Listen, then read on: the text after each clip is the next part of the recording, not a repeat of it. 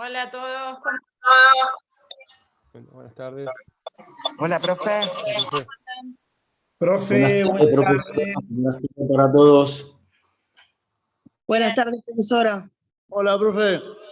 buenísimo, están todos, hay muchos ya. Escúchenme, ¿qué pasó la clase pasada que Nico quiso dar la híbrida y no se pudo, no? No andaba internet, profe. Había muchos problemas de conexión. Se complicó bastante. Para los que estaban, porque yo estaba en el aula al lado, ya sé, pero los que estaban conectados, ¿pudieron escuchar algo o nada? Eh, Nada, profe.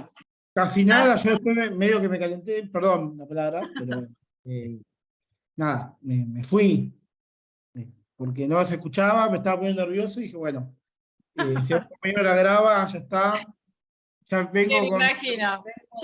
Yo tuve el Cuando mismo sonaba muy problema en el aula, complicada estaba en el aula de al lado dando tributario y tuve el mismo problema, pero después pude, y la verdad que vino el chico y me la conectó y se escuchaba muy bajito, pero soy yo la que no encontraba el volumen y después a mitad de clase encontré el volumen y se pudo dar bien. Pero bueno, el edificio tiene y las clases híbridas tienen esta cuestión, es medio complicado. y yo vengo, O no anda el micrófono, no hay pilas, o no funciona ese sistema del año de la prehistoria, y bueno, no sé, se complica. Esperemos que, bueno, que las próximas se puedan dar, porque la verdad que no sé. Yo en el aula de al lado, que son las únicas dos que son para dar clases híbridas, pude al final. Si no, no sé, no sé cómo haremos. no, eso fue la Haremos, duda. ¿saben? Si se complica mucho darlo así, ¿saben qué vamos a hacer? Lo que hago yo en tributario, que estuve reemplazando a los chicos, la doy desde mi computadora ahí en el aula. Para los que están presentes hablo y desde la computadora se puede. O sea, como si estuviera acá ahora y me conecto con Zoom y no dependemos del micrófono y del sistema ahí de esa pantalla que nos dan en el aula. Así que Pero veremos. eso estaría bárbaro, pero Sí. usted va a tener que llevar la computadora a cuesta y bueno, No, otra no no pasa queda. nada. No, si ya lo hice con tributario, no pasa nada. No, llevo Y una. sería una opción bárbara esa. Buena Sí, opción, sí, es buena muy opción. buena. Ya lo hice. Sí. Así que bueno, veremos. La llevo por las dudas, las próximas clases que haya que dar. Y sí, sí, lamentablemente yo sé que cargar con eso no es fácil, pero bueno, ¿qué va a ser? No, no hay drama, no hay drama. Así que bueno, no, Bueno, hoy vamos a Profe, hablar un poquito, como el viernes es el parcial, chicos, bueno, vamos a hablar un poquito del parcial. un profe de Derecho Constitucional usó el otro día el celu de un compañero ¿Qué que estaba pasó? ahí. El profe de Derecho Constitucional agarró el celu de un compañero y abrió el Zoom a partir de ahí. Ah, bueno, Nada, nos sirvió porque pudimos presenciar la clase. No sé claro. si quedó grabada, no me fijé después si quedó grabada porque ando medio No, no, emplomado, sí, porque al pero conectarse al Zoom se puede, sí, es el Zoom de la, digamos, del Yudma, así que sí. Sí, sí, queda. no, el Zoom del compañero era. Ah, no, era el celular, pero como el Zoom, Claro. no, la dirección, el ID es de Yudma, sí queda grabado. Ah, perfecto, mirá. Bueno, no, ni me fijé, no tuve tiempo, la verdad que no tuve Sí, tiempo. sí, no hay problema con eso. Bueno, nos había quedado pendiente, yo ni me había acordado. No sé si ustedes ya terminaron la unidad 4 con Juan, o todavía no la terminó, no llegó a terminarla. ¿Sí? ¿La terminó? Ok. Está hablando de los conceptos, ¿Cómo? de la clase de los conceptos jurídicos. No sé, yo no sé qué, por eso les pregunto, ¿qué temas vieron? Quedamos ahí. Hasta el tema de los conceptos jurídicos. A Hasta ver, el final de la unidad 4 de Nino. ok, perfecto. No, lo que les decía es que de la unidad 3 la vieron con él, pero hay una parte, un punto, creo que es el tercero, si lo tienen a mano, lo voy a tratar de abrir yo.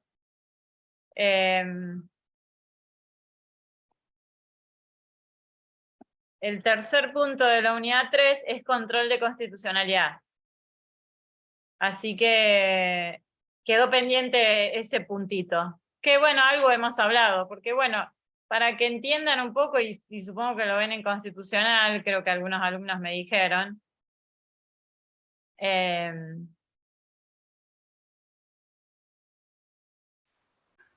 Perdón que interrumpa, profesora. ¿Podría ser para refrescar la memoria sobre más o menos, lo que va a tomar? sí, eso vamos a hacer, le vamos a hacer así como un repaso general a los temas, para que ustedes Eso, por tengan. favor, así de acá al viernes podemos Sí, obvio. estudiar y ver todo lo máximo posible. Gracias.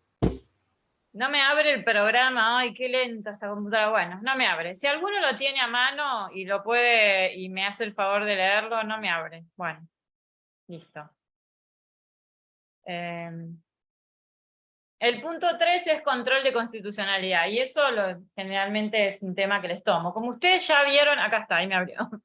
Como ustedes ya vieron el sistema jurídico y cómo funciona, ¿no? Un sistema jurídico. Está bien, es en base a Nino y por ahí Juan es medio aburrido. Pero bueno, para que tengan idea me parece importante en la materia, ¿no? Unidad 3, sistema jurídico. Concepto y características del sistema jurídico, criterios de pertenencia a las normas jurídicas, relaciones y distinciones entre los sistemas jurídicos nacional e internacional, el control de constitucionalidad y el control de convencionalidad. Ese punto 3 Juan no lo da, y nada, es cortito, es muy simple. Yo a ustedes se lo doy de una manera simple, no es constitucional la materia, ni mucho menos una maestría en constitucional. Y además les sirve, ¿no? Supongo que lo habrán visto. ¿Ustedes saben qué es el control de constitucionalidad?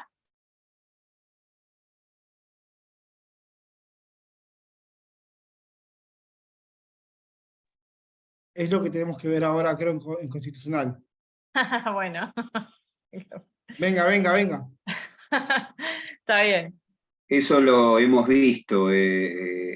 Bueno, claro, no lo hemos visto todavía y está en la página de la materia ya de constitucionalidad, pero no lo hemos visto todavía.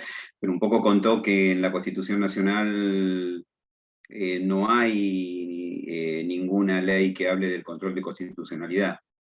No hay ninguna norma, es verdad. No hay Claro. ningún artículo que diga qué es y cómo se hace el control de constitucionalidad, pero el control de constitucionalidad es la esencia del Estado constitucional. Claro. Si no hubiera control de constitucionalidad, imagínense.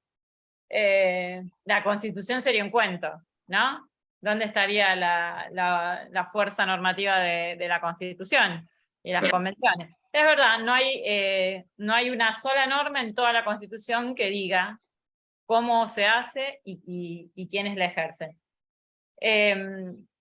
Ustedes saben que hay dos tipos de control de constitucionalidad: concentrado y difuso. ¿Qué quiere decir esto? Difuso, que es el sistema que tiene Argentina, que es que el control de constitucionalidad lo ejercen todos los jueces, desde primera instancia hasta la última, que es la Corte, ¿no? Todos los jueces hacen control de constitucionalidad.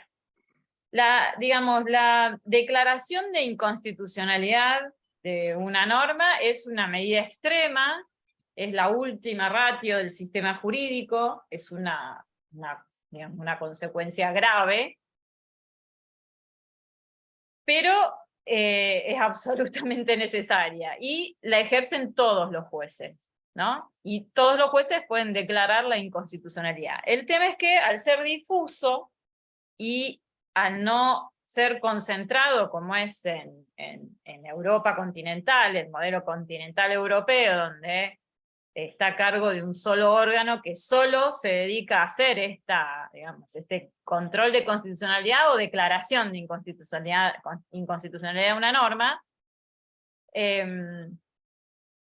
ya puede ser político, como en el caso de Francia, o puede ser judicial, como en el caso de España, ¿no? Este sistema concentrado donde hay un tribunal especializado en el tema, o un órgano político como es el Consejo en Francia. En Argentina no, en Argentina es difuso y se hace en los casos concretos. No existe, digamos, esta cuestión como en el continente europeo de que la declaración de inconstitucionalidad de la norma se hace en abstracto, ¿no? Es como si yo preparo una acción en el sistema continental europeo, una acción para que se declare la inconstitucionalidad de una norma, pero en abstracto, no en un caso concreto, ¿se entiende? Algo parecido en Argentina hay con la acción declarativa de inconstitucionalidad.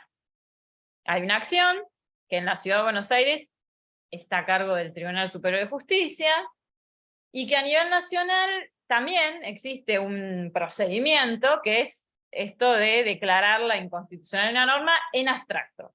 Pero es muy difícil.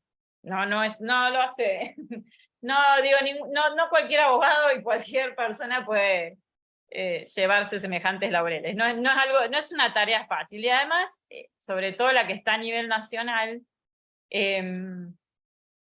está hecha para, digamos,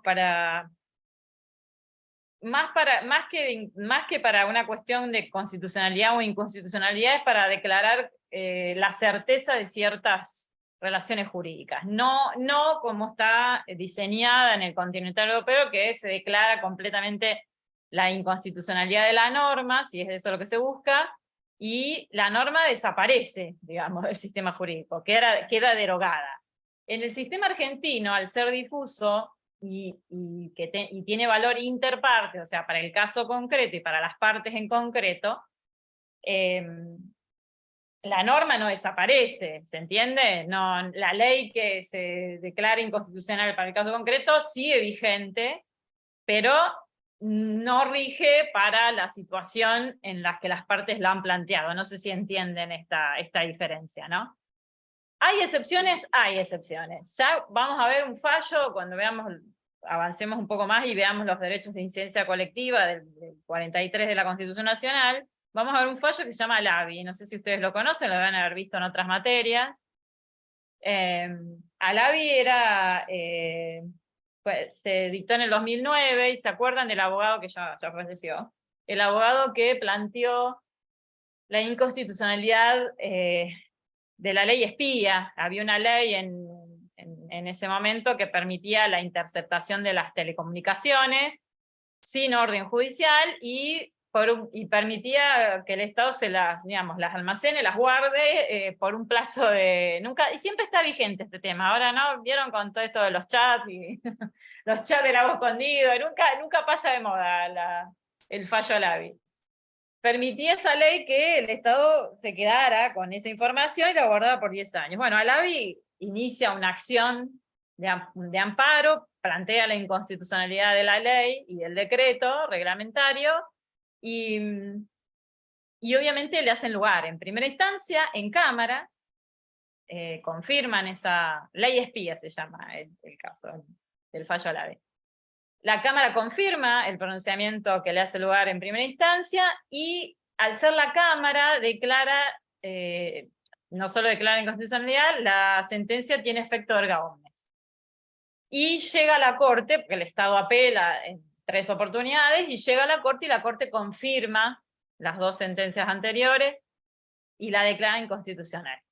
Y obviamente confirma el carácter erga omnes, o sea que no solo era para Alavi, vamos a ver un poco, nos vamos a empezar a meter en el tema de los derechos de incidencia colectiva, no solo era válida para Alavi, porque sí, no era posible no pincharle el teléfono a Alavi, y a los demás sí, no estaríamos otorgándole este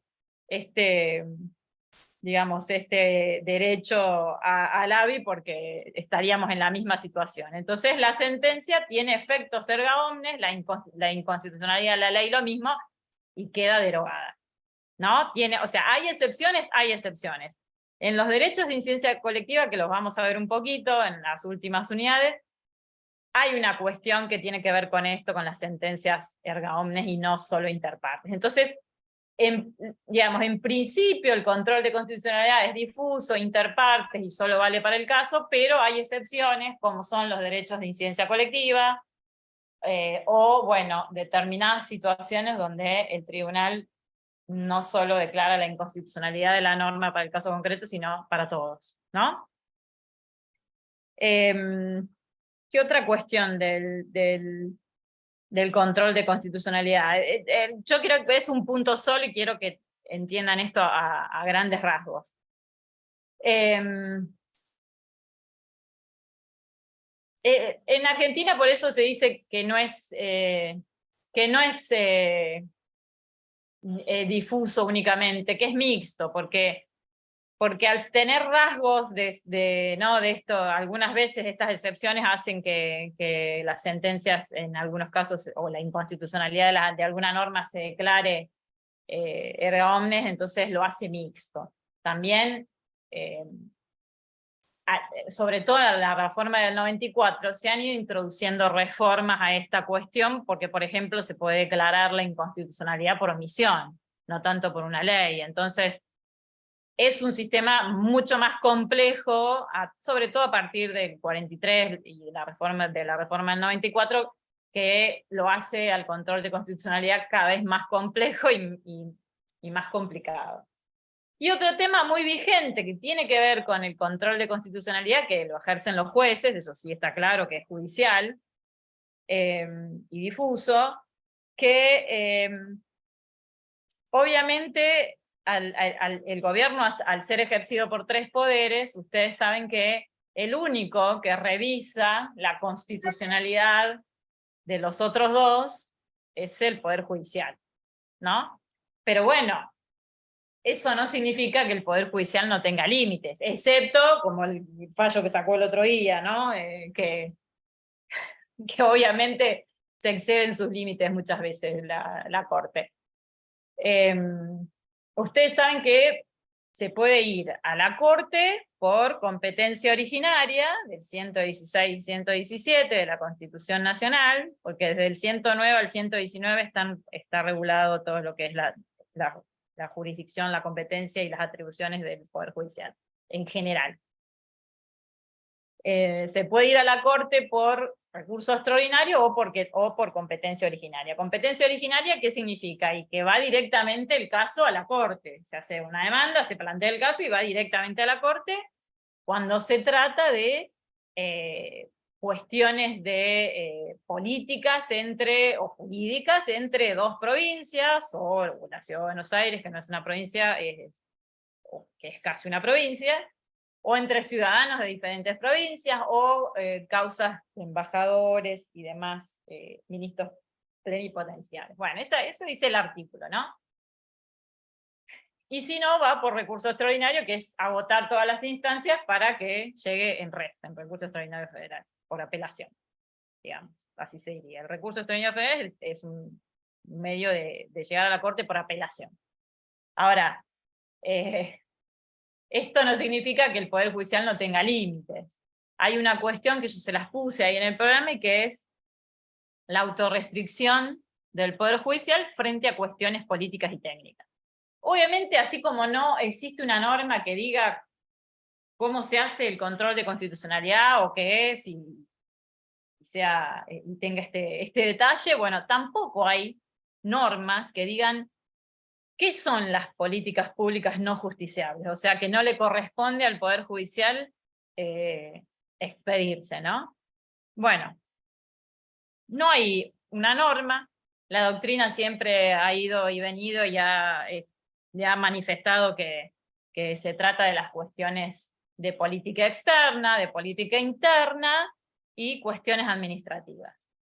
Pero es muy notorio cuando el Poder Judicial, sobre todo la Corte, cuando quiere meterse en cuestiones de política, se mete igual en nombre de la Constitución, y cuando no quiere meterse, aunque la Constitución sea más clara en ciertas cuestiones, en la exigibilidad de los derechos, por ejemplo, en materia de derechos sociales o de derechos humanos, la Corte no se mete. Entonces medio que queda muy al arbitrio, ¿no? Esto de las cuestiones políticas justiciables o no justiciables. ¿Qué serían esto de las cuestiones políticas no justiciables? Y bueno, un poco que hay, digamos, a los poderes políticos, los 3 son políticos, pero políticos por excelencia o por democracia, que son el poder ejecutivo y el poder legislativo, les compete las cuestiones de políticas públicas, ¿no? En general. Entonces el Poder Judicial no es el mejor órgano del Estado que pueda juzgar la oportunidad, mérito y conveniencia de una política pública. Eso no puede hacerlo el Poder Judicial. Cuestiones distintas son cuando la elección de una política pública de parte de estos dos poderes políticos es inconstitucional. No sé si me siguen. ¿Qué significa esto? Que el Poder Judicial no puede elegir la política pública. No puede decir que, no sé, para asegurar el derecho de acceso a la vivienda, como vieron en Kirchberg, que ahora lo vamos a volver a hablar, porque si no escucharon nada del caso, no les quedó mucho. Igual no entra en el parcial Kirchberg, así que no se preocupen. Entra para el segundo. El Poder Judicial no puede diseñar políticas públicas. Si el Poder Ejecutivo y el Legislativo han diseñado una política pública determinada, la manera de llevarlo a cabo y, bueno, las cuestiones, ¿no?, que tienen que ver sobre todo con la técnica. Profe, Sí. ¿sería el caso de declarar Internet como un servicio público? Que no debería haber pasado. Por ejemplo, sí, lo podríamos tomar un poquito así. Sí. Pero sobre todo cuando se trata de...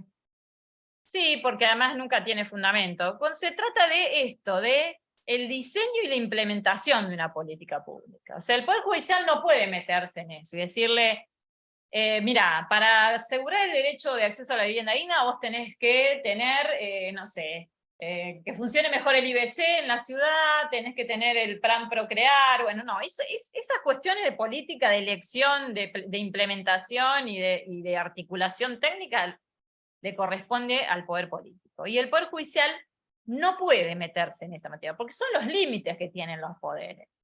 Ustedes piensen que el Ejecutivo es el que más límites tiene. El Ejecutivo no puede gobernar, lo han hecho, no digo que no ha sucedido porque la política tiene estas cuestiones.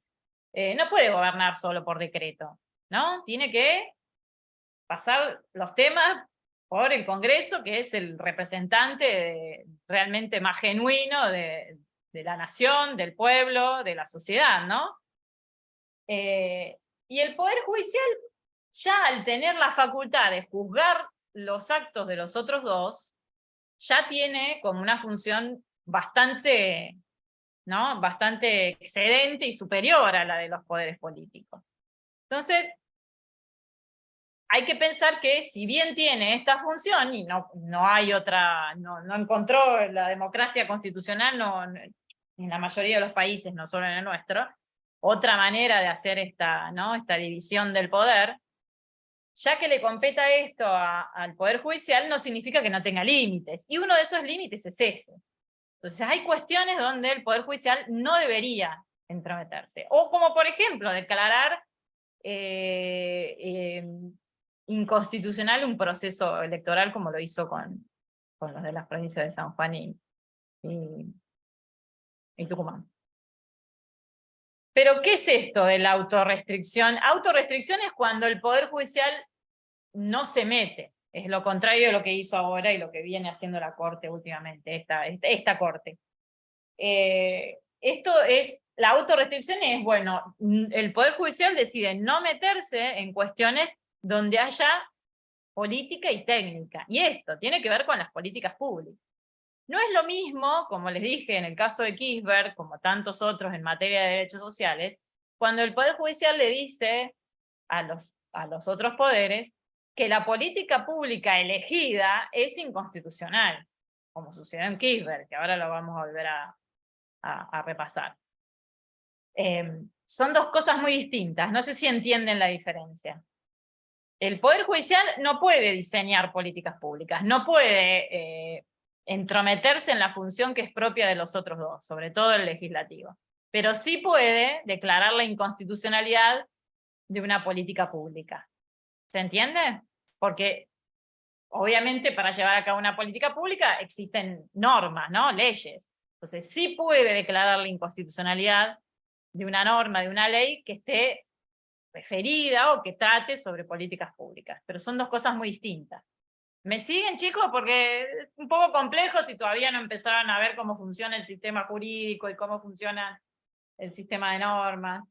El control de constitucionalidad es eso, es muy simple, es difuso, es porque lo ejercen los jueces de todas las instancias, desde la primera hasta la última, se declara interparte salvo excepciones, donde ese principio ha ido cediendo, porque los derechos de incidencia colectiva son constitucionales, a partir del 94, y la misma norma que los instaura el 43, lo prescribe así, se puede declarar la inconstitucionalidad de una norma cuando afecte derechos de incidencia colectiva. Ya lo vamos a ver con más detalle, pero en definitiva el control de constitucionalidad tiene que ver con eso. Tiene sus antecedentes, seguramente en constitucional van a ver todo el andamiaje, que nosotros un poco copiamos el sistema americano, porque a partir de un fallo muy viejo de 1800, Marbury versus Madison, se planteó esta cuestión del control de constitucionalidad, porque como acá, allá tampoco existe una norma que diga cómo se hace y quiénes ejercen el control de constitucionalidad, pero está claro que lo hace el Poder Judicial, que es el que aplica, ¿no?, la justicia en los casos concretos.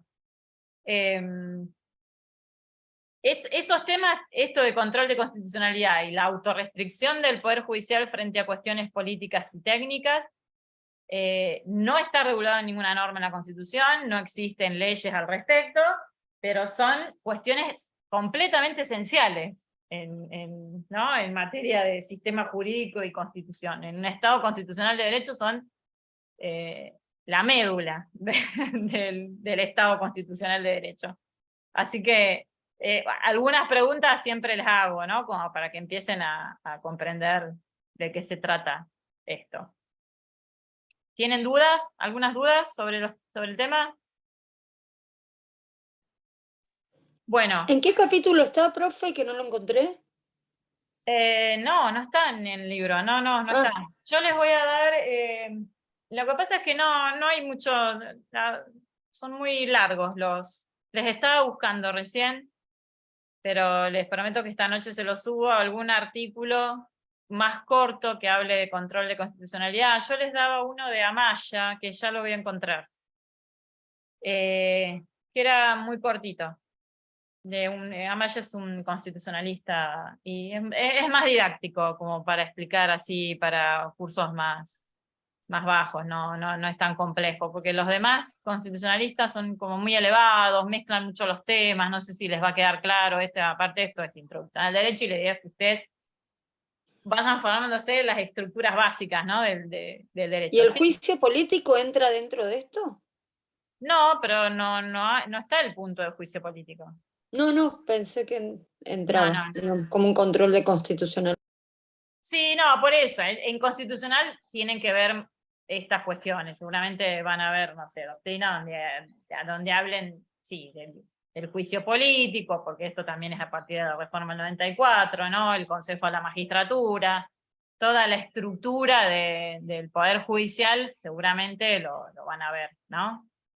Pero no es la idea confundirlos acá, la idea es que ustedes, ya que van entendiendo lo que es un sistema jurídico y cómo funciona, y la pirámide, y la cúspide, y bueno, y qué sentido tendría si no hubiera control de constitucionalidad, que entiendan que funciona así. Y que a partir del 94 ya no es, digamos, ya no se trata de un control difuso estrictamente, sino que es más mixto, porque al estar constitucionalizados los derechos de incidencia colectiva, esos principios han ido cediendo, esto que les expliqué. Sí, les voy a bajar, voy a subir el de Amaya, de Carlos Amaya, no me acuerdo cómo se llama, pero es mucho más didáctico, porque si les doy, no sé, si les doy Bianchi o Geli, si alguno tiene la Constitución comentada de Geli es buena también. Puedo ver si lo encuentro al escaneo de la parte de control de constitucionalidad. Pero el mejor es Amaya, así que les voy a subir para que entiendan el punto. Y no merece mucho más que eso, más que dedicación que eso. De Kirchberg. ¿Qué llegaron a entender? ¿O lo leyeron? Cuéntenme, vamos a ver un poco Kirchberg.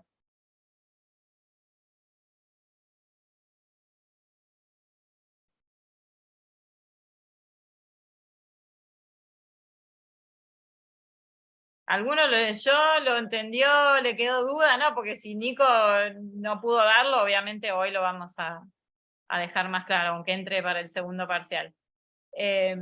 ¿No lo leyeron, chicos? ¿No? Pero qué cosa. Qué cosa, ¿eh? Bueno.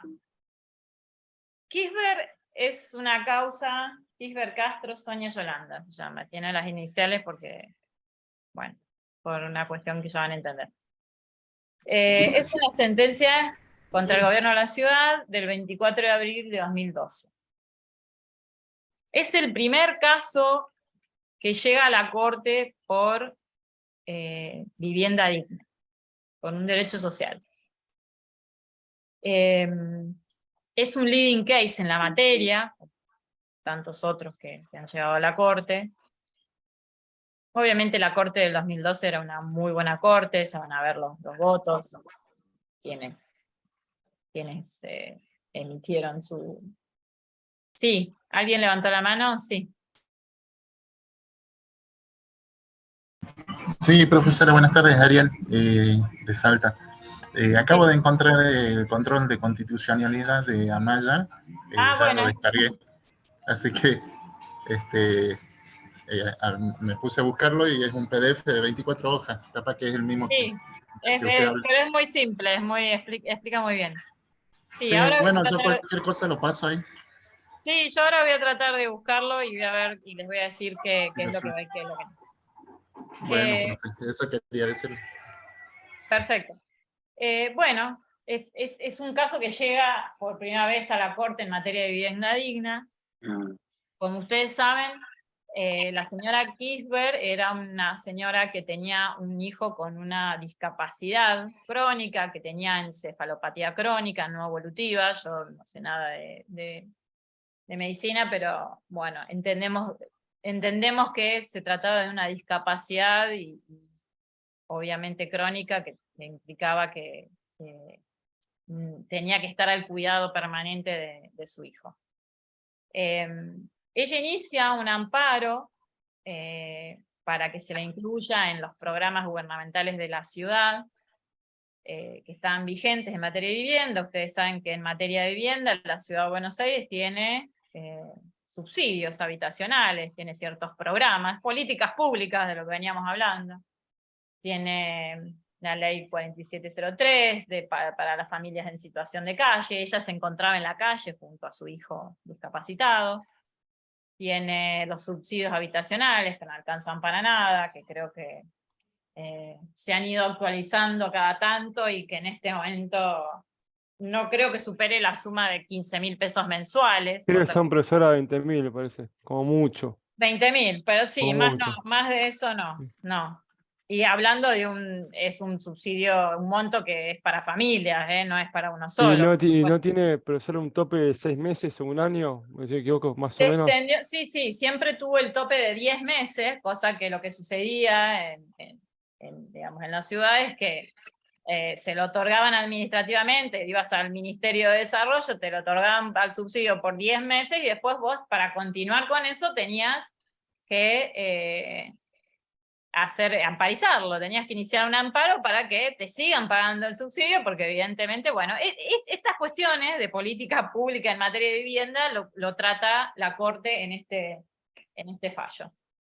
Sí, ahora creo que lo extendieron, no son 10 meses, creo que es un año, pero bueno, son esos cambios que no significan absolutamente nada, ¿no? Que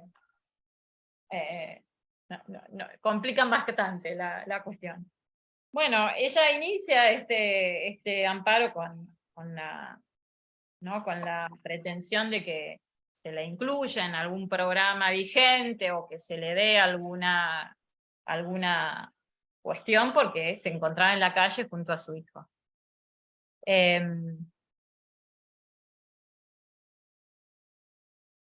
¿Qué es lo que le dicen? En primera instancia, obviamente, le hacen lugar.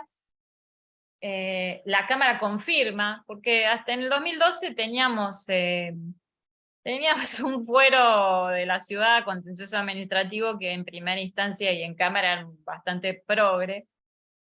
Y ahora no, ahora ya directamente no pasan de primera instancia. Ya si vamos a ver algunos, no, acá no vamos a ver, pero cuando vean, no sé, en materia de educación, los fallos del Tribunal Superior de Justicia de la ciudad se van a querer morir, ¿no? El gobierno de la ciudad no se tiene que hacer cargo de nada, ni de la vivienda, ni de la educación, de nada. Está muy bien que gaste la plata en publicidad para la campaña, es así.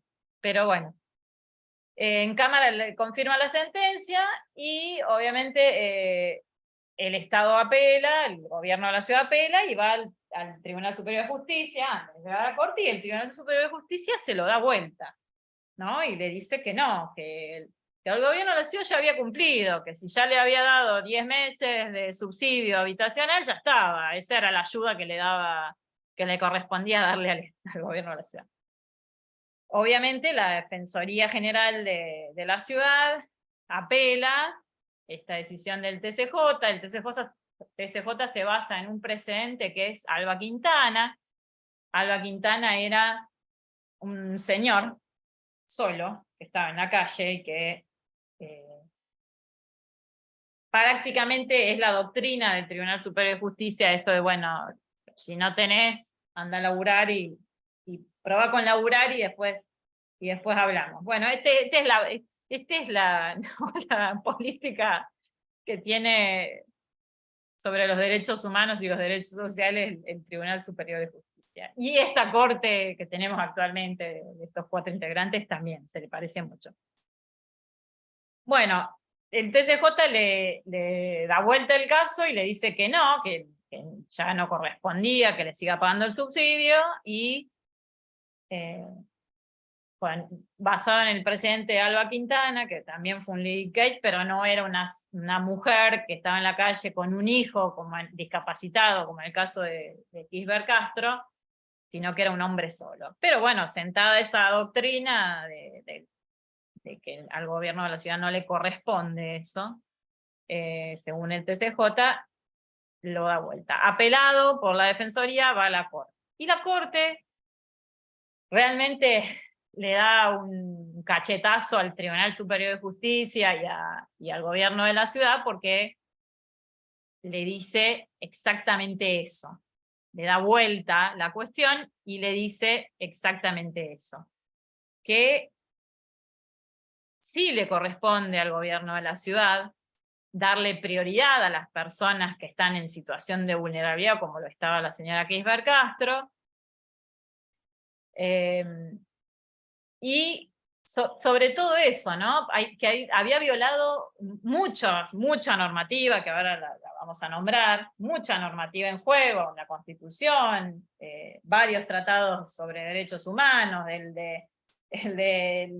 por supuesto el PIDES, ¿no? El Pacto de Derechos Económicos, Sociales y Culturales, que establece cómo deben ser las políticas públicas en materia de derechos sociales, especialmente, concretamente en el caso de vivienda digna, y el tratado contra la discriminación contra la discapacidad, el de eliminación de la discriminación a la mujer, etcétera, etcétera. Hay toda una normativa en juego que obviamente el gobierno de la ciudad había violado. El 17, el 31 de la Constitución de la ciudad. El 31 de la Constitución de la ciudad establece esto, de darle prioridad a las personas en situación de vulnerabilidad. Lo dice muy concretamente. Hay un orden de prelación en el que el gobierno de la ciudad se tiene que acompañar y se tiene que hacer cargo de estas cuestiones, sobre todo cuando se trata de personas en situación de vulnerabilidad. El 14 bis de la Constitución Nacional, el 25 de la Convención Americana de Derechos Humanos, el 11, inciso 1 del PIDES, que habla de la vivienda digna, el 11 de la Declaración Americana de los Derechos y Deberes del Hombre, la Convención de los Derechos del Niño y la Convención sobre las Personas con Discapacidad, como les nombré antes. Bueno, toda una serie de normativa que había violado con esa política pública de otorgar subsidios por 10 meses y después arréglatelas, como si las personas en 10 meses pudieran solucionar una situación de vida que obviamente es estructural, ¿no? Y fue el primer caso donde se aporta claridad sobre cuáles son las obligaciones del gobierno de la ciudad en materia de derechos sociales. Y que los paradores, el sistema de paradores, de hoteles, de subsidios, porque los subsidios eran además asociados a estos hoteles de mala muerte, esos alojamientos con esas condiciones edilicias y de falta de higiene, están muy lejos de ser un programa de vivienda adecuada, que es lo que le exige sobre todo el PIDES a los estados, ¿no? Y sobre todo hay una cláusula que es muy de la materia que van a tener conmigo, que es derechos sociales, derechos de acciones sociales, y sobre todo porque había violado el gobierno de la ciudad un principio que es una obligación, no es un principio, es una obligación que surge del PIDES y de la Convención Americana, que es el principio de progresividad. ¿Y qué es el principio de progresividad? Y el principio de progresividad es una obligación que tiene el Estado de partir de asegurar un piso mínimo de los derechos, en este caso de acceso a la vivienda digna, ir progresivamente avanzando en el contenido de esa política pública hacia la plena efectividad. Sin solución de continuidad, digamos, sin pararse, sin estancarse en la evolución de esas políticas públicas y sin retroceder, porque el principio de progresividad implica el de no regresividad. Obviamente, esta es lo que le dijo la Corte al gobierno de la ciudad: esta política pública que vos tenés de dar subsidios irrisorios por 10 meses y después sacárselos es regresiva, porque si el principio de progresividad, la obligación que tenés como Estado al establecer políticas públicas es partir de un piso mínimo, no es un cheque en blanco de que vos asegurás los derechos y garantizás los derechos sociales, los derechos humanos de la forma en que querés con tus políticas públicas. No, esas políticas públicas, sí, elegí la que quieras, eso es materia tuya, pero tienen que ser constitucionales y convencionales, tienen que respetar el principio de progresividad, tienen que tener condiciones mínimas, partir de un piso mínimo e ir creciendo, e ir sumando. Lo que ha hecho el gobierno de la ciudad en materia de derechos sociales es obviamente ir para atrás en todos los sentidos, ni hablar de educación. Ustedes saben el problema de vacantes que tiene también el gobierno de la ciudad, que cada vez dispone menos presupuesto para educación, cada vez hay más niños sin vacantes porque no hay la cantidad de establecimientos suficientes, no hay la cantidad de vacantes suficientes, y está muy lejos también de aplicar el principio de cumplir con el principio de progresividad en materia de educación, porque hace exactamente lo mismo que en vivienda, y exactamente con los demás derechos sociales. Entonces la Corte le dice eso: no solo has violado todas estas normas, sino que por sobre todas las cosas no has comprendido lo que es el principio de progresividad en materia de derechos sociales. El voto mayoritario destaca que fue digamos, que se trató de una situación muy grave donde la mujer no era cualquier mujer, era una mujer que que estaba en una situación de vulnerabilidad completa, porque además ella no podía salir a trabajar porque tenía que dejar al cuidado al niño de alguien y para ello tenía que pagarle, porque el niño no era digamos, un chico sano, necesitaba atención permanente. Esa situación en la que se encontraba la señora Kiber-Kato la hacía miembro de ese grupo de personas en situación de vulnerabilidad extrema. Y no podía darle la misma solución que le brindaba a cualquiera que se presentaba y pedía un subsidio porque estaba en situación de calle o porque no encontraba trabajo y no podía tener acceso a una vivienda digna. No era la misma situación que cualquier otra, y sobre todo por el 31 de la Constitución de la ciudad que le obliga al gobierno a darle prioridad a las personas que están dentro de ese grupo.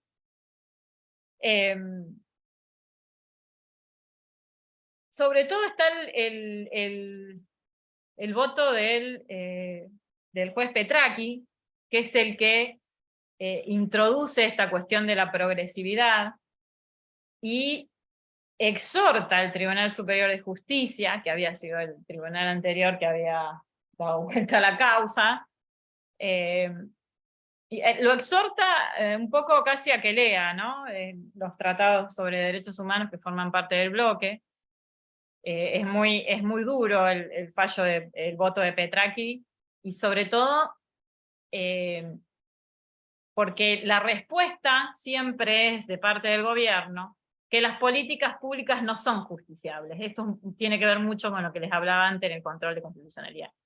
Y digamos, el límite es ese que les expliqué, o que intento explicarle porque no resulta tan simple a veces. En el voto de Petraki se ve que le explica esta cuestión. Yo lo que te estoy diciendo no es qué política pública en materia de vivienda tenés que tener vos.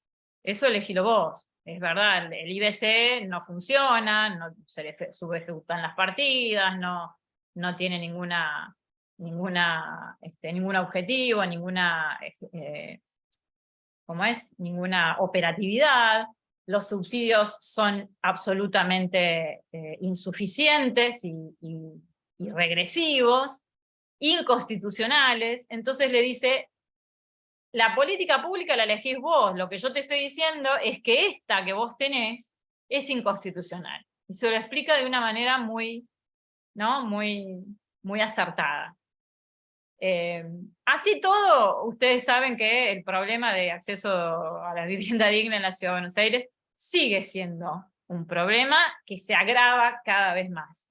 Y no solo para las personas que están en situación de vulnerabilidad, porque ustedes saben que ahora es imposible alquilar en la Ciudad de Buenos Aires, no hay ley de alquileres, no se respeta, o la que está a nivel nacional no es buena, podría tener la ciudad, porque se trata de cuestiones absolutamente particulares en cada jurisdicción. No es lo mismo alquilar en La Rioja o en Jujuy que en la Ciudad de Buenos Aires o en la provincia de Buenos Aires. No se trata de las mismas cuestiones.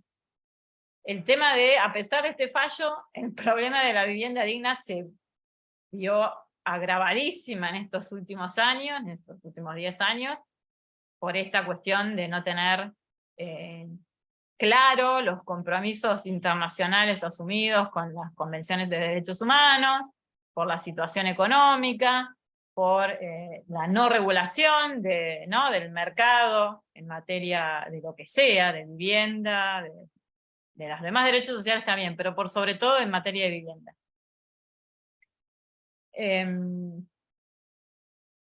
La Corte en este fallo señaló que los derechos humanos consagran obligaciones de hacer de parte de los estados. No alcanza con respetar y no meterse como sucede en los civiles y políticos. Le da una cátedra sobre lo que es el principio de progresividad.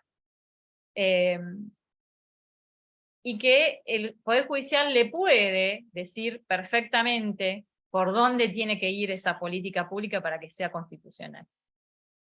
No se mete en las cuestiones discrecionales de los poderes políticos, qué es lo que arguyó y qué es lo que argumentó, obviamente, el gobierno de la ciudad, que argumenta así, tipo plancha, ¿no? En cada expresión de agravio.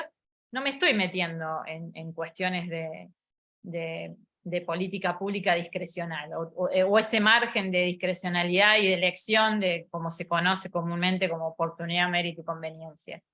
Lo que te estoy diciendo es que hay una garantía mínima, un contenido mínimo del derecho de acceso a la vivienda digna, como la de los demás derechos sociales,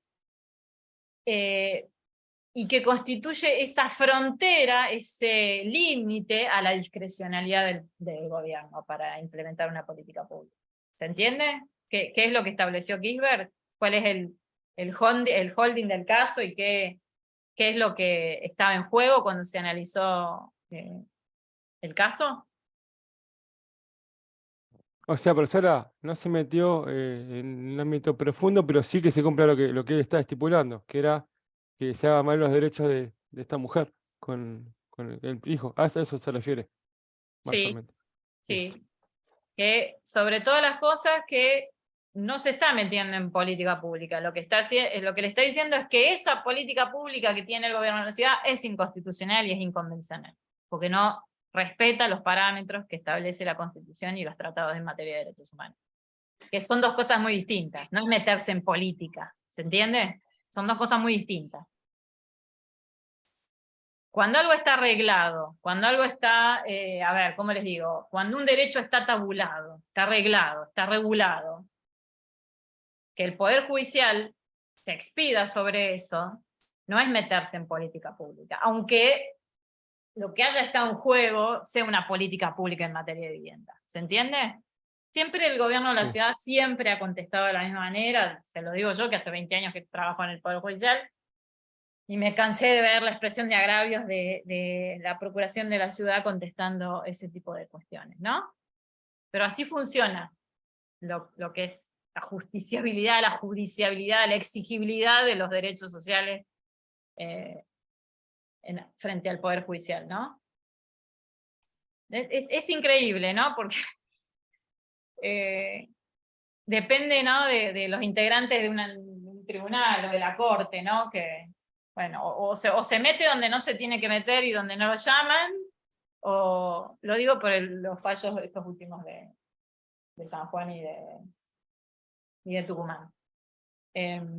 Ustedes saben que el fallo entró, digamos, llegó a la Corte por supuesta competencia originaria, pero no hay competencia originaria, porque acá no había un conflicto entre provincias, ni entre ciudadanos de distintas provincias, como para que vaya en competencia originaria a la Corte. Y tampoco había pasado por las demás instancias el caso como para que llegue por apelación. Y ustedes saben que en materia electoral, la máxima autoridad es la Cámara Nacional Electoral, eso lo saben ustedes. La Cámara Nacional Electoral no solo tiene competencias de fiscalización y administrativa, sino que también tiene potestades jurisdiccionales, y los fallos que emite la Cámara son fallos plenarios, que además rigen para todo el país, no hay discusión. La máxima autoridad en materia electoral, para algo se creó la justicia electoral, si no, se iría como... ¿Y cuál fue el argumento de la Corte para meterse? ¿Cuál fue el argumento que esgrimieron? Competencia originaria, te lo digo porque tengo un amigo que trabaja ahí en la Corte, competencia originaria y que se había violado la Constitución provincial. Pero no la inició ni un partido, ni un ciudadano, se metió directamente de oficio, dictó la sentencia y por supuesta competencia originaria. Así de simple. Pero violó todo porque no lo pudo hacer, porque cada provincia tiene su propia constitución. Sí, Violó todo. Cada provincia tiene su propia constitución, pero más allá de eso, es lo que yo te digo, es muy simple la competencia y la jurisdicción. Vos a la competencia la tenés o no la tenés, y de acuerdo a la competencia va a venir dada la jurisdicción. Entonces, la Corte tiene competencia originaria en lo que yo les expliqué, el 116 y 117, en esas puntuales situaciones donde se acude directamente a la Corte, cosa que acá no entraba. ¿Se entiende? Acá no se daba esa situación. Tampoco llegó por vía de apelación por recurso extraordinario. Usted lo planteó bien, no es que un ciudadano dijo, bueno, por X motivo de Jujuy o de Tucumán dijo, bueno, por X motivo lo declaro. No, se metió como se metió por la ventana y realmente no lo puede hacer. Yo sé que es la Corte, pero no lo puede hacer, es anticonstitucional. No, pero es terrible, o sea, la propia Corte viola la Constitución Nacional violando su propia competencia, es tremendo, pero es así, es así, así estamos con el gobierno de los jueces. Obviamente, bueno, se han planteado, se han presentado escritos de nulidad y demás, pero bueno, al ser la última instancia y al ser la máxima instancia a nivel nacional, es muy complicado, se torna muy difícil ser leguleyo y ser conocedor del derecho como para que tenga nombre lo que hacen, ¿no? Es tremendo.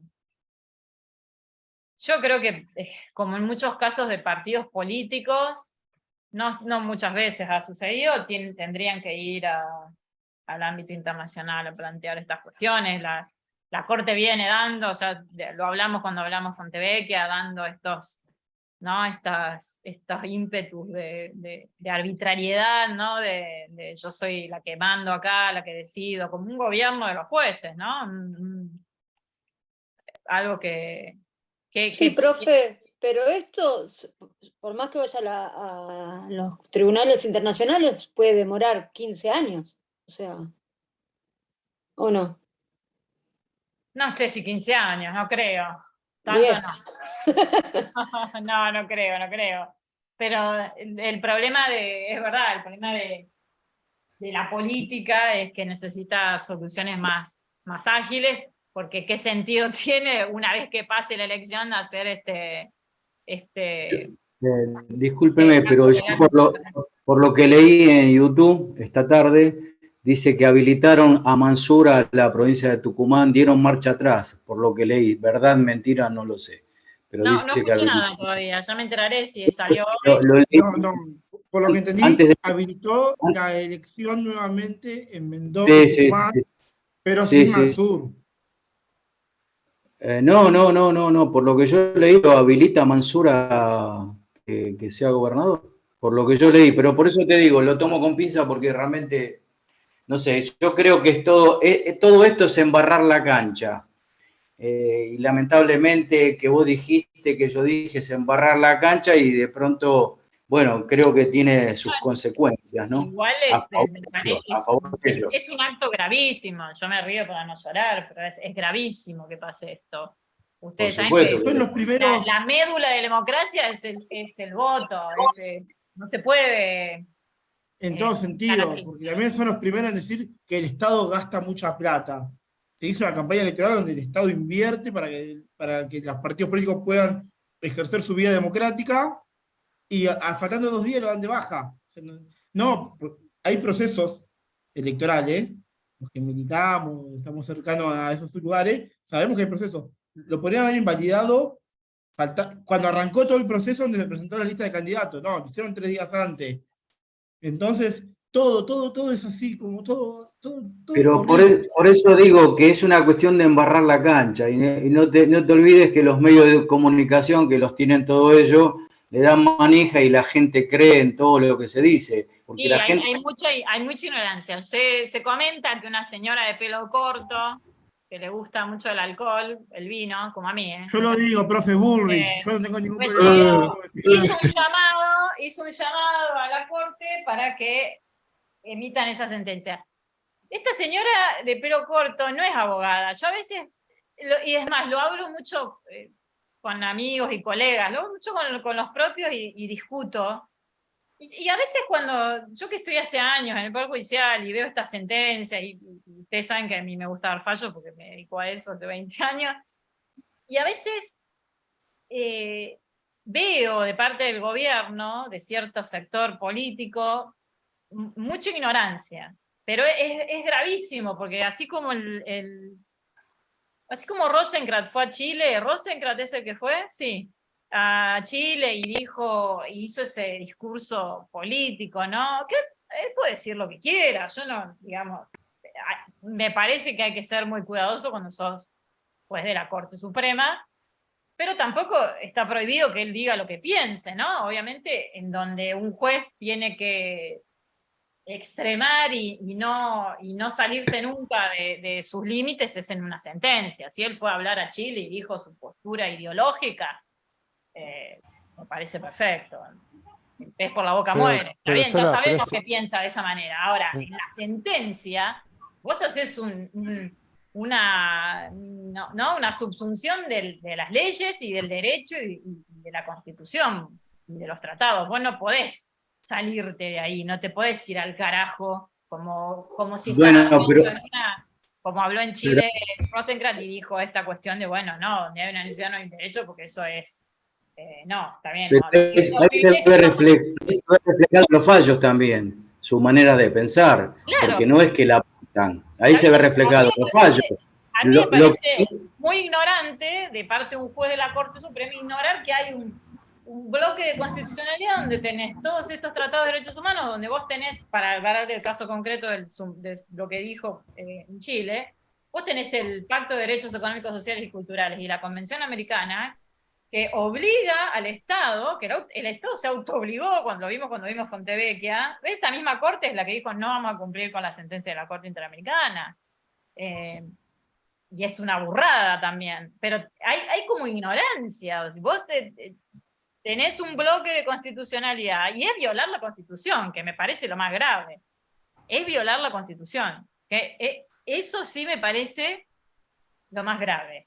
Pero, profe, si fueron nombrados por decreto, o sea, eso ya es, ya arrancando por ahí, el resto se sabía todo. Y viene mal parido eso, sí, sin duda. Sí. ¿Profe, una consulta? Perdón, Sí. gracias. O sea, ¿los jueces los evalúan año a año o no? ¿Usted llega al Poder Judicial? No. No. Eso sería, bueno, el Sería problema buenísimo, ¿no? Si de están capacitados. democratizar, ustedes saben que Alberto no siguió, prometió que iba a iniciar un proceso de democratización de la justicia y del Poder Judicial. No sé cuál es el método no importa, es esto de, ¿no? Como las políticas públicas, no sé cuál es la manera, eso lo sabrán los expertos, se había formado, ¿no? Un comité especializado con no sé cuántos miembros. Primero no puede haber. Ayer hablaba con los chicos de la materia de derechos sociales, y no puede haber 4 personas, tipo 4 monarcas, y que además, vamos a ser honestos, porque ustedes no saben la cantidad de expedientes que tiene, porque acá todo se judicializa, los expedientes de las jubilaciones. Están todos en la corte, tardan años, ustedes saben la cantidad de expedientes que tiene. No puede haber 4 jueces que se encarguen de todo, y de todas las materias. Ustedes saben que en las cortes de otros estados los miembros son mucho mayores, porque además están divididos por materia, ¿no? Hay un sistema, y además, bueno, un poquito más de seriedad, por supuesto. No son nombrados por decreto, y además, yo creo que, no sé si todos los años, pero rendir concurso, no sé, tendría que haber una manera de democratizar un poco, porque la verdad que funcionan como monarcas, y además, él mismo lo dijo el otro día cuando dio este fallo, que somos los únicos elegidos de por vida, ¿no? Un juez, para mí es muy difícil tener un Estado constitucional de derecho donde vos tenés uno de los 3 poderes que funciona como una monarquía. Es muy difícil esto, hay que modificar eso, es absolutamente necesario. ¿Cómo se hace para modificarse y cuando de pronto el final de una ley o de lo que sea siempre pasa por ellos? Entonces es muy difícil, no es imposible. Puede haber 4 personas, tiene que haber todo un sistema diferente, o de rotabilidad. Primero tienen que ser mucho más miembros. Profesora, sí. Yo escuché que López Obrador iba a proponer un proyecto de que sean los jueces sean elegidos por el pueblo. No sé si lo entendí mal o algo de eso escuché. Sí, no acá. Sí, pero López Obrador es mexicano, no tiene absolutamente nada que ver con nosotros.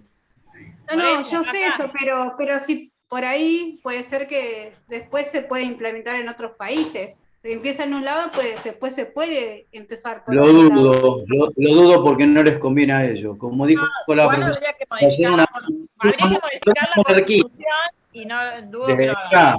Recuerden que Cristina en el año 2013, si no me equivoco, hizo algunas pequeñas reformas y la consideraron anticonstitucional. Sí, por eso no es una tarea fácil. Por eso les digo, me parece que sobran argumentos para la democracia y que es necesario democratizarlo. El problema es que la justicia dejó de ser ecuánime. En principio, modificaría porque la Constitución no dice cuántos miembros tiene que tener la Corte, ¿eh? Eso es una cuestión de política, ¿no? Organizativa y fundamental. No, primero partiendo de la cantidad. Primero. Por lo menos una por provincia, mínimo. Mínimo 1 por provincia. Para que se muevan los expedientes. Exactamente. Y además que exprese, obviamente, y que más allá de la designación, que eso sí lo establece la Constitución, la organización, funcionamiento y la democratización pasarían por otro lado. La cantidad de miembros, además ajustar un poco esto de las designaciones. Esto de establecer concursos públicos, establecer antecedentes de oposición, rotabilidad. Sí, a lo mejor un juez no necesariamente tiene que estar, aunque esté nombrado de por vida como juez, no necesariamente tiene que estar en la misma silla, en el mismo sillón durante toda su vida y ejerciendo el mismo poder. La rotabilidad también le permitiría agilizar y democratizar la administración. Igual, profe, qué pena que renunció Zaffaroni, ¿no? Y bueno, sí, igual imagínate lo que hubiera sido. Es como Alicia Ruiz en el Tribunal Superior de Justicia de la Ciudad. Está en franca minoría y siempre en disidencia y no hace nunca la mayoría. Estaría ahí en disidencia con estos 4 y no haríamos nada más que leer las disidencias. Que es lo que pasó un poco muchas veces que estuvo en otras situaciones. Igual cuando estaba Zaffaroni, bueno. En general hemos tenido cortes buenas. No han sido... Esto que se ve en estos últimos años no ha pasado en otro momento. Hemos tenido cortes buenos. Podemos estar de acuerdo o no, pero hemos tenido miembros de la corte muy respetables. ¿Se entiende? ¿No? Podés no estar de acuerdo con todos, podés disentir en algunas cuestiones, pero esto que se vio con estos últimos miembros, con estos 4 miembros, sobre todo con los últimos 2 que entraron por decreto, no se vio nunca. Nunca se fueron tanto al pasto como en esta situación. Ya en Fontevecchia ya fue ese papelón, ese bueno, acá mando yo y acá gobierno yo. Con una clara... Profe, ¿le puedo hacer una pregunta de Fontevecchia? Sí. Si nos llega a preguntar hechos, ¿a qué se refiere? ¿A los hechos del caso o a los hechos de cómo llega a la Corte Interamericana? Me confunde. No, igual chicos, no se preocupen porque es múltiple opción, es muy simple el patrón. Es múltiple opción y yo de los casos que son los que tienen más puntaje, les voy a dar opciones. Y la idea es que ustedes puedan extraer la cuestión principal que se trató en el fallo. El fallo de Fontevecchia es la sentencia de febrero de 2017. Vieron que no son las anteriores cuando Menem y perjuicio, claro.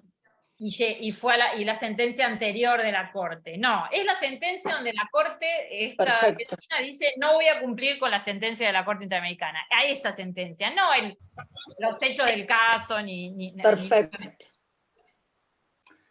Lo más vergonzoso de esta Corte fue cuando el presidente se votó a sí mismo.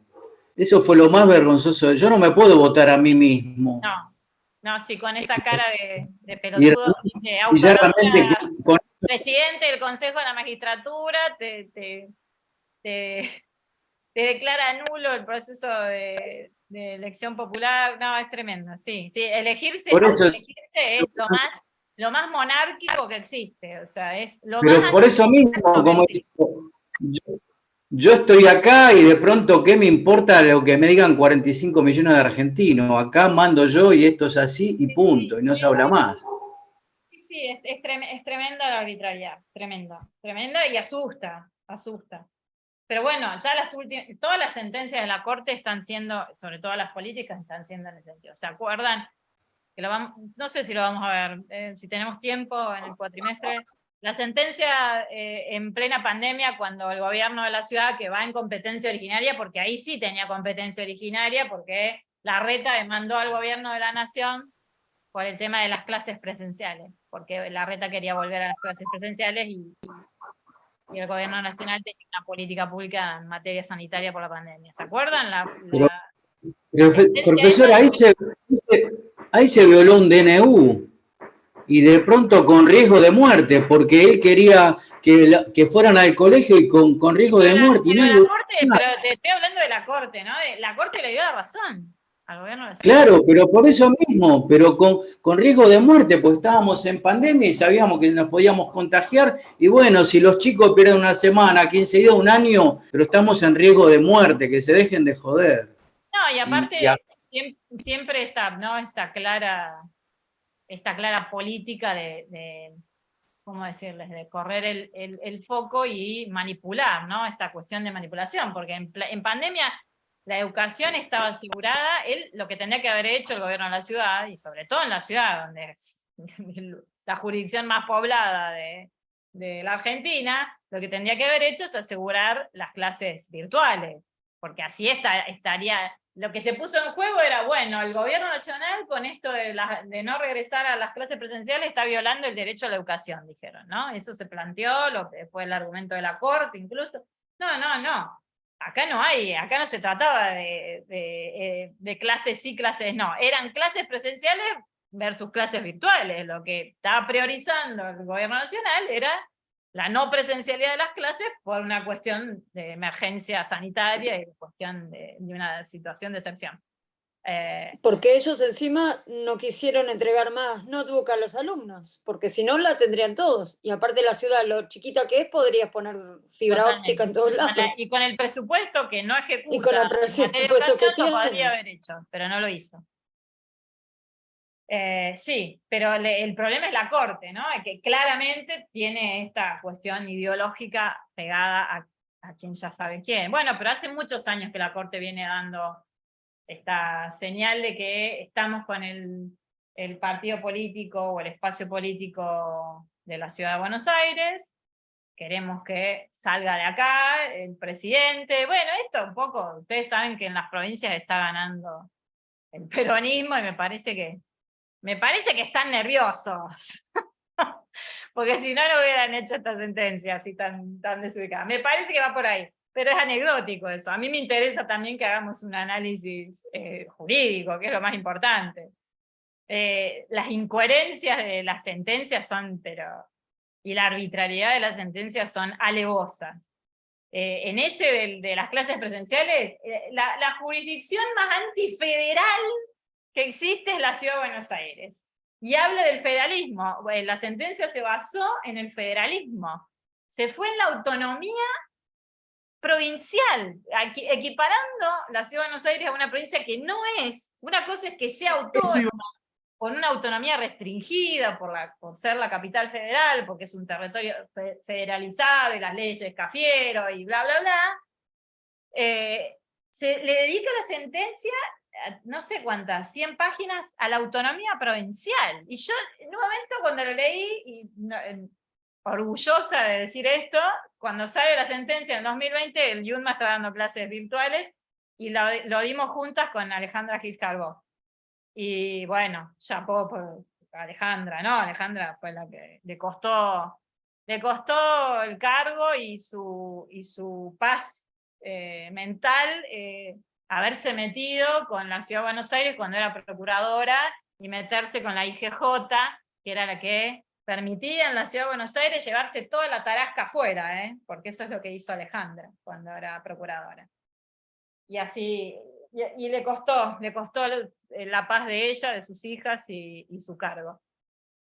Pero la Corte, los argumentos de la Corte, yo cuando leí la sentencia dije, pero bueno, de repente los porteños quieren ser provincianos porque se le dedica toda la sentencia a la autonomía provincial, y yo digo, pero ¿desde cuándo estos quieren ser provincianos? ¿Desde cuándo? Pues no, que la ciudad tenía autonomía como las provincias, y la Corte dijo que las provincias son autónomas, yéndose de foco, porque no es lo mismo declararlo, digamos, hacer prevalecer la autonomía de las provincias, de un municipio para cobrar tributos, para esto, para lo otro, para la coparticipación, por ejemplo, y otra cosa era en una situación de emergencia sanitaria donde había que priorizar ciertas cuestiones que no eran si se daban clases o no, sino la modalidad de las clases.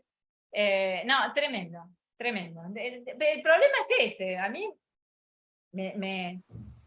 Pero vayamos al punto que hay un montón de intereses, porque de pronto Larreta tenía que comprar la computadora para todos los chicos y la virtualidad tendría que ser la conexión para todos lo mismo, que fue lo que planteó, que no me acuerdo, Tolosa Paz. ¿Y qué dijo el Grupo Clarín? No, le vamos a dar la conectividad gratis, no. Es una cuestión de guita también, hay demasiados intereses. Demasiados. Demasiados, No les demasiados nada. intereses, pero bueno, pero me parece que nunca llegamos a este extremo. Esto del gobierno de los jueces es nada, es el tema de mi maestría y viene pasando en América Latina hace mucho, pero no de la manera en que está sucediendo acá. Acá es alevoso y creo que todavía, obviamente, la sociedad no tiene conciencia de esto. Está bien, en Brasil le pasó a Lula con Moro, ¿no? Después de Odebrecht, como el Poder Judicial empieza a gobernar. Eso es como, fue muy notorio en determinados países de Latinoamérica con cuestiones puntuales, pero lo que está pasando acá me parece que no tiene precedentes, no solo para nosotros, sino para ningún otro país de Latinoamérica, y es gravísimo. O sea, el poder más antidemocrático en su designación es el que gobierna. Es un retorno a la monarquía, ¿no? Es una violación al Estado constitucional de derecho. Esto que les explicaba antes cuando empezamos hablando de control de constitucionalidad. Esto significa que el Poder Judicial no tiene límites. Que es el único poder de los tres que no tiene límites. Y es grave. Y además es el que no elige el pueblo directamente. Es una locura. Es una locura. Pero ¿Y cómo se cambia con política? Cambiando la Constitución, ¿cómo se cambia? Porque hay que cambiarlo, no hay otra. Así no podemos seguir. La monarquía la dejamos hace mucho tiempo. Bueno, pero hay que hacer escuela, hay que concientizar, hay que bajar esto. Yo el otro día en una reunión de FEDUBA, que es la Federación de Profesores de la UBA, esto en la UBA no se puede ni hablar, o sea, la verdad que a mí me cuesta muchísimo hablar de estos temas en la UBA, ¿no? La UBA es muy centralista, muy gorila, ¿no?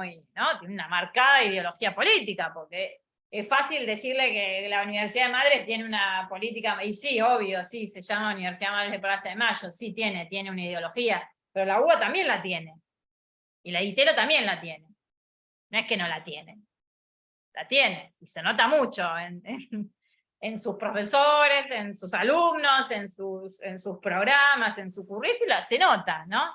En la UBA bueno, usted que va a la UBA, ¿cuánto hace que está gobernando Franja Morada? Y realmente lo digo así, gobernando Franja Morada. ¿Cuántos años? Y eso no es un feudo, porque el otro día con la sentencia de las elecciones de estas dos provincias, el motivo es que son feudos la provincia. No, y la Ciudad de Buenos Aires, ¿quién gobierna la Ciudad de Buenos Aires hace 2 décadas?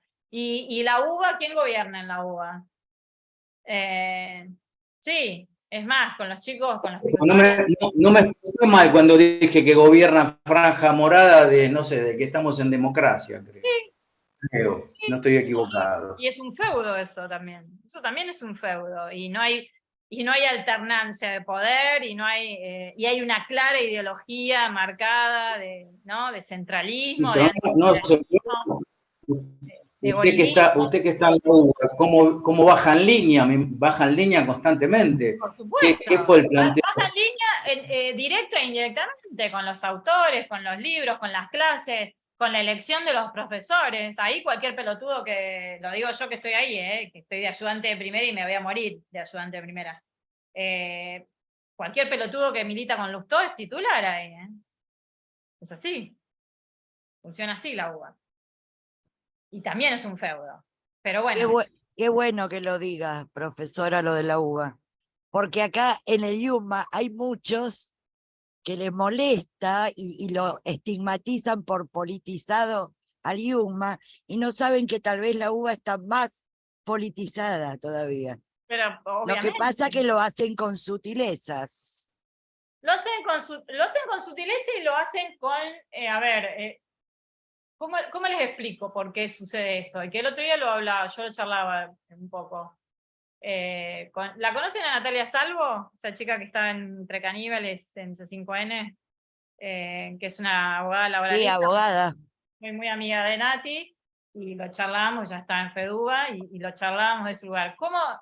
El problema es que cuando algo está instalado, como decís, en la UBA gobierna Franja Morada y es absolutamente gorila en todos sus aspectos, ¿no? Pero eso está instalado. es parte de una estructura, está instalado hace tanto tiempo, que obviamente el que no sé, la que va como yo me divierto mucho, a mí me chupan todos un huevo, y yo digo lo que pienso, y les doy base de peronismo unido. Si no la entienden es un problema de ellos, pero doy teoría del Estado y si no la entienden, no la entienden. Pero el que va ahí a la UBA o el que disrumpe, o sea, es un acto disruptor entrar ahí y decir otra cosa. Lo hacen, no es que lo hacen sutilmente, está tan instalado algo ahí en ese lugar que está naturalizado, ¿se entiende? Entonces el que llega con un discurso y con un mensaje disruptor, obviamente es el que no hace juego, el que no está ubicado, ¿se entiende lo que quiero decir? La UBA está así desde hace siglos, la UBA y la autonomía de las universidades, hasta eso discutimos el otro día. No sé para qué, ustedes saben que yo soy de Córdoba y estudié en Córdoba, en la Nacional de Córdoba, donde se hizo la reforma universitaria, pero el otro día discutíamos, ¿para qué hicieron para qué quieren la autonomía universitaria? Para eso, para plantar ideología quieren. ¿Me entendés? Para eso, sí, para eso surgió, porque está bien lo de... está bien que los estudiantes tengan el mando, eso está bien. El problema es que no conocer la historia, porque en el 18 gobernaba Irigoyen, que era un populista, porque Irigoyen fue populista. No era peronista porque Perón no había nacido todavía. No había nacido en el poder, digo. Pero era peronista Irigoyen. Y cuando estaba Irigoyen, le hicieron este quilombo a los universitarios, porque en ese momento estudiar en la universidad era como si ahora les dijera quiénes entran en la ITELA y quiénes entran en la Austral, que sale 500.000 pesos por mes. Es más o menos eso. No estudiaba cualquiera en la universidad. No era como ahora. No era como que en las universidades públicas, que no sé si ustedes saben, en Latinoamérica el único país que tiene universidades públicas es Argentina. ¿Ustedes sabían eso? No la tiene ni Brasil, ni Chile, no la tiene nadie las universidades públicas, y con este nivel. No hay. Pero era otra época, no estudiaba cualquiera, era para los hijos de los jueces, de los gobernadores, de los intendentes, no era un lugar donde estudiaba cualquiera, por más que haya sido pública. Entonces era el derecho de esa clase, de ese grupete de privilegio, era un privilegio, no es lo mismo. Está bien que pelear por las cuestiones de educación suena así, vista la reforma del 18, ¿no? Y la autonomía universitaria, pero hay que leer un poco de historia y entender, no era lo mismo. Profe, ¿le una consulta? Sí. Con respecto al examen, va a dar una pregunta por cada fallo, la dinámica, o sea, ¿cómo sería? Sí, porque hablemos eso porque me tengo que ir, chicos, me tengo que ir a la UBA, hablando de la UBA. Son 4 fallos que vimos. Les voy a preguntar sobre Portal de Belén, Artavia Murillo, Fontevecchia y Espósito vimos, ¿no? Bueno, Kirchner no entra. 4 fallos. Perfecto. Son 4 unidades. Y con respecto a las 4 unidades, profesora, pues, no me va a decir la dinámica, pero va a dar múltiple choice, pero una pregunta al azar de tal cosa que es, por ejemplo, tal cosa, y ahí es rápido, sería. Estudien particularmente, más allá de Nino, si lo han leído, estudien de Nino y denle bola a los resúmenes. ¿Juan le subió ya de las 4 unidades? Mi consulta es esta, doctora. O sea, todo el fallo, profesor, porque nos dijo, creo el profesor, que no leamos el resumen, que leamos el fallo porque quizá había información más importante y los fallos lo usemos de respaldo. ¿Usted está de acuerdo o es...? Y sí, por supuesto, obviamente que leer solo el resumen no sirve. Perfecto. Ustedes tienen que leer el fallo, entenderlo y obviamente el resumen les acota, ¿no?, lo que es el holding del caso y la sentencia en que se basó, pero les va a ayudar mucho, sobre todo porque están en primer año. A los de quinto no les voy a dar un resumen, manga de vagos. No, son peor que ustedes los de quinto. ¿Qué dijo de Nino, profesora? No, de los resúmenes. No llegué a chequear en el campus si Juan subió los resúmenes de las unidades. Creo que sí. Denle vuelta a eso. Sí, ahí está el PowerPoint de todas las unidades. No hay resúmenes, profesora. ¿Cómo? Unidad 4, Está. Es un PowerPoint de unidad 4. Un PowerPoint subió, sí. Que ya está puesto en la página. No es bueno, es un PowerPoint, ¿no? Es un PowerPoint, pero les ayuda mucho porque las preguntas obviamente van más enfocadas a estas cuestiones, ¿no? Sí. Profesora, Claro, es el PowerPoint de la unidad 4 y el PowerPoint de la unidad 3 también está, y de la unidad 2 todos están, los PowerPoint están todos. Y lo de control de constitucionalidad lo sube usted porque lo que subo yo hoy, se lo prometo. Hoy se lo subo y lo tiene. ¿Eso también entra, profesora? Gracias. No escuché. ¿Eso también entra en lo de control de...? Sí, pero simple, es lo que les ¿Simple? expliqué. No voy a andar mucho porque no es la idea. La idea es que vayan Perfecto. comprendiendo cómo funciona, no Perfecto. que... Y, profe, tenemos que entrar por el campus, ¿no? El Sí, viernes. sí, es por el campus y tienen... O sea, ¿cómo va a ser? Entramos a la materia y ahí va a haber como un link. No, va a haber ustedes vieron como solapitas, como carpetas. Sí, bueno, ahí va a estar evaluación de tal día, de tal hora a tal hora, y ustedes van a ir avanzando el mismo campus, del mismo sistema, y los autocorrige, y en el momento saben la nota. En el momento les suben el puntaje y en el momento saben la nota. Así que, Perdón, profesora. Perdón, profesora. Yo había hecho martillero y corredor allá en la UCA, y ellos manejaban un sistema en el que había que escanear el DNI, había que hacer una serie de cosas para poder acceder al examen. No sé si acá va a ser así. No. Acá entran al campus y lo hacen. Si ustedes tienen acceso al campus, ya está. Si nos sale mal, ¿podemos volver a entrar y arrancar de vuelta? No, eso no. El campus los va llevando y les va mezclando para que no se copien entre ustedes. Les va mandando a las distintas preguntas, no pueden ir para atrás. Eso no. Una vez que ¿no se puede ir para atrás? No. ¿Y tiene tiempo? Sí, la idea es que les doy las 2 horas y la idea es que no sea tan largo, y menos es el primer parcial, chicos, son pocos temas, la idea son múltiple opción, no le estoy haciendo a desarrollar porque si no le tendría que dar más tiempo. ¿Podemos hacer tatetí? Esa es una elección de ustedes, si les va bien, después bueno. Sí, profe. Así que, nada, denle importancia a eso. La unidad 1, no sé si le pedí a Juan que les explique lo de los juicios de Nuremberg, que es muy interesante. Sí, lo vimos. Algo de los juicios de Nuremberg, alguna preguntita puede haber, pero poca, una sola, mucho más no se puede preguntar. Y un naturalismo y un positivismo. Cuando habla del sistema normativo, las normas, todo lo que les explicó Juan, prácticamente las preguntas están concentradas ahí en los PowerPoint, que es lo que se va a preguntar, digamos. ¿Qué es lo que ¿Y de los fallos cómo puede ser una pregunta? Y los fallos los hago yo, por supuesto, pero les voy a preguntar, no sé, por ejemplo, en Fontevecchia, si la Corte cambió su criterio de obligatoriedad de las sentencias de la Corte Interamericana, lo esencial del fallo, lo que hemos visto.